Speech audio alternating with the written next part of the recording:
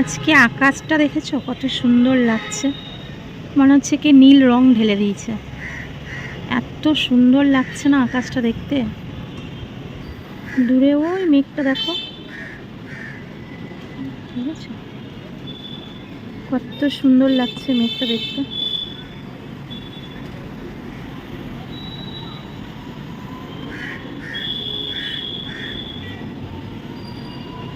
সত্যি আজকে দারুণ লাগছে আকাশটা, পুরো মনে হচ্ছে কি নীল রং ঢেলে দিয়েছে। আমার জবা গাছটা দেখেছো কত সুন্দর হয়েছে।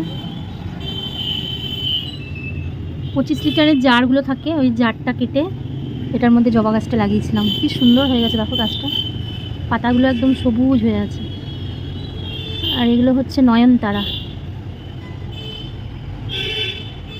মানে যে কটা ফুল ফুটে আমার সুন্দরভাবে পুজো দেওয়া হয়ে যায়। দেখো এখানে একটা আছে, অনেক কটাই ফুল ফোটে।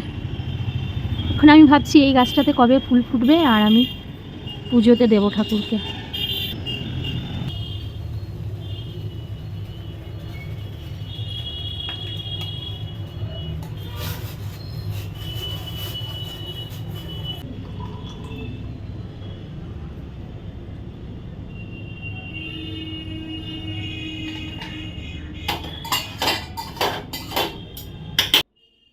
জয় জগন্নাথ। কেমন আছো তোমরা সবাই? আশা করি তোমরা ভালো আছো। আমি তো ভালোই আছি। তা আজকে একটা পবিত্র দিন, আজকে রথযাত্রা। তো রথযাত্রার অনেক অনেক শুভেচ্ছা আর অভিনন্দন জানাই তোমাদের। তো আজকের দিনটা তোমরা খুব আনন্দ করো।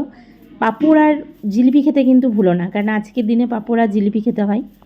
সেই ছোট্টবেলায় বাবার হাত ধরে যেতাম, আমাদের এখানে রথের মেলা হতো, ওই রথের মেলাতে।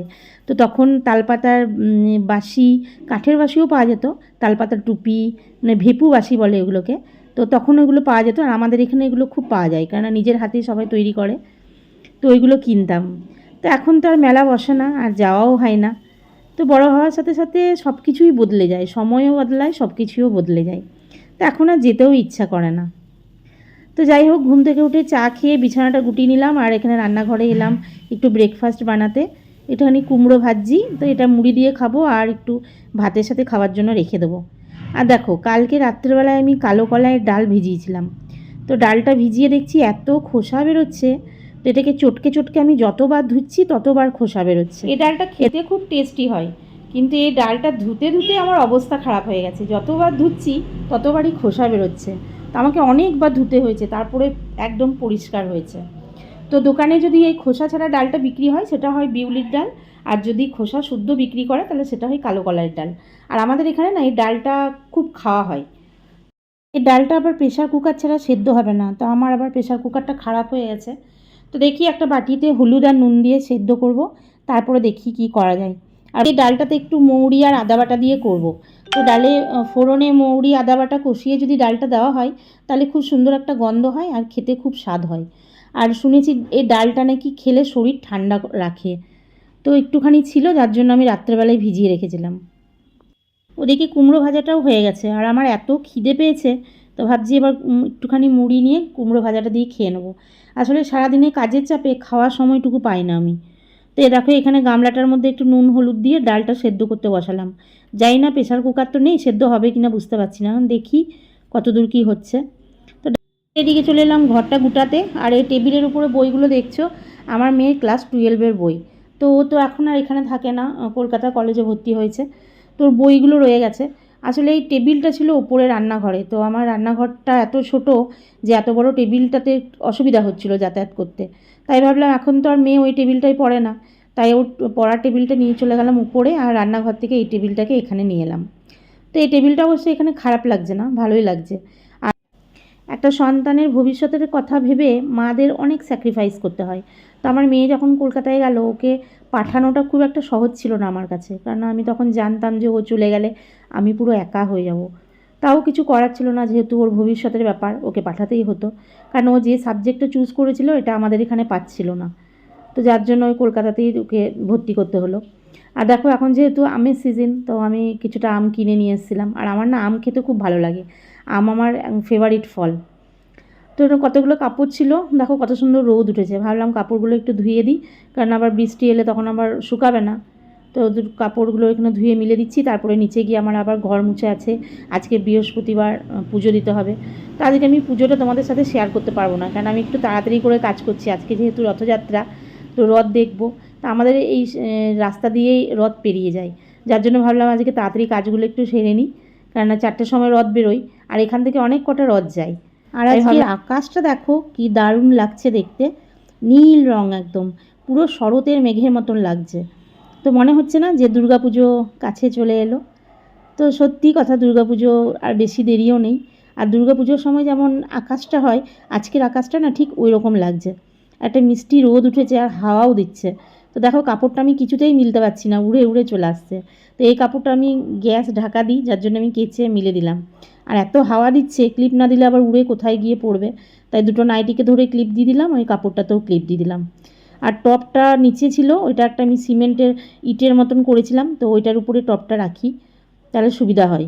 তো ওটাকেও রেখে দিলাম। আর আজকে প্রচণ্ড হাওয়া। আর ওই চেয়ারের উপরে কম্বলটা দেখছো, তো এটা অনেক দিন থেকে রয়ে গেছে। শীত গিয়ে গরম চলে এলো, কিন্তু আমার কম্বলটা আর তোলা হলো না।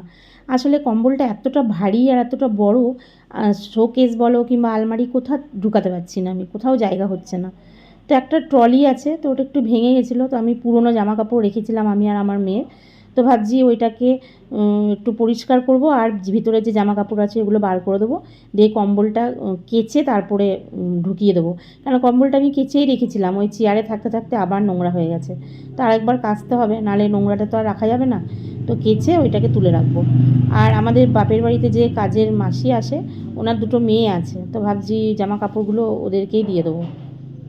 ঘরটা একটু মুছে নিচ্ছি ফিনাইল দিয়ে, সার্ফ দিয়ে। আজকে তো বৃহস্পতিবার, তো আমি ফুল পাইনি, ওই গাছে যতটুকু ফুল ছিল আজকে ওই দিয়েই পুজো দিতে হবে আমাকে। আর আমি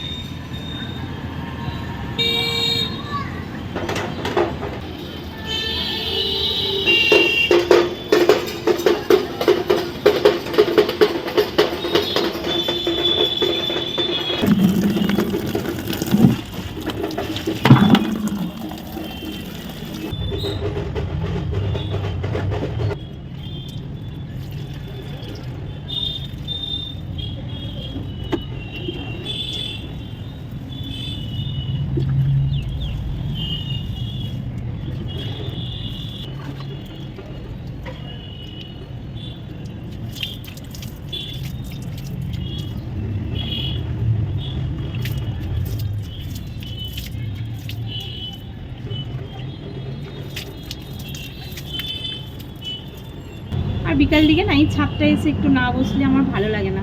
আর এত সুন্দর একটা ওয়েদার, ভাবলাম একটুখানি বসি আর তোমাদের সাথে কথা বলি। তো তোমরা ঢাকের আওয়াজ শুনতে পাচ্ছ? কোথাও একটা ঢাক বাজছে। আমি না অনেকক্ষণ থেকে দাঁড়িয়ে আছি, জানো, আমাদের এখানে রামকৃষ্ণ মিশন থেকে একটা ছোট্ট রথ বার করে, খুব সুন্দর রথটা দেখতে। তো অনেকক্ষণ থেকে দাঁড়িয়ে আছি, ভাবছি রথটা দেখবো আর তোমাদের সাথে শেয়ার করবো, কিন্তু এখনো পর্যন্ত এলো না। এবার কেন জানি না, বুঝতে পারছি না। এখন দেখা যাক আর কিছুক্ষণ দেখি আসে কিনা।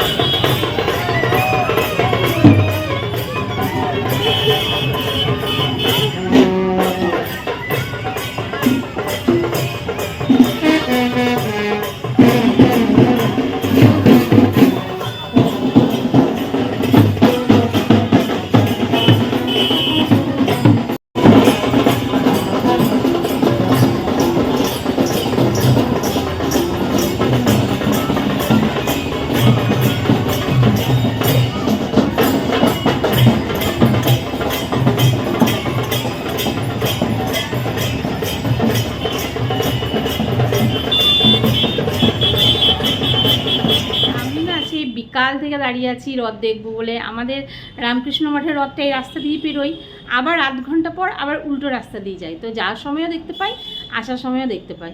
তা আমি অনেকক্ষণ থেকে দাঁড়িয়েছিলাম, আমি সকাল থেকে ভাবছি আজকে যখন রথটা পেরোবে আমি আজকে রথের দড়ি টানবো। তো জানি না কেন রামকৃষ্ণ মঠের রথটা এবার আর এলো না, এবার অন্য রথ এলো। তো এত তাড়াতাড়ি পেরিয়ে গেল রথটা, আমি তো নামতেই পারলাম না। তাই ভাবলাম একটু ছাদ থেকেই ভিডিও করি, তো ছাদ থেকেই ভিডিওটা করলাম। আর সন্ধ্যাও হয়ে গেছে, তো রথটা পেরিয়েছে আর ঝমঝম করে বৃষ্টি। আমি আর ছাদে বেশিক্ষণ দাঁড়াতেই পারলাম না, চলে এলাম। আর সন্ধ্যা হয়েছে, এখন সন্ধ্যা দিতে হবে। আজকে রথের দিন একটু তাড়াতাড়ি দেবো।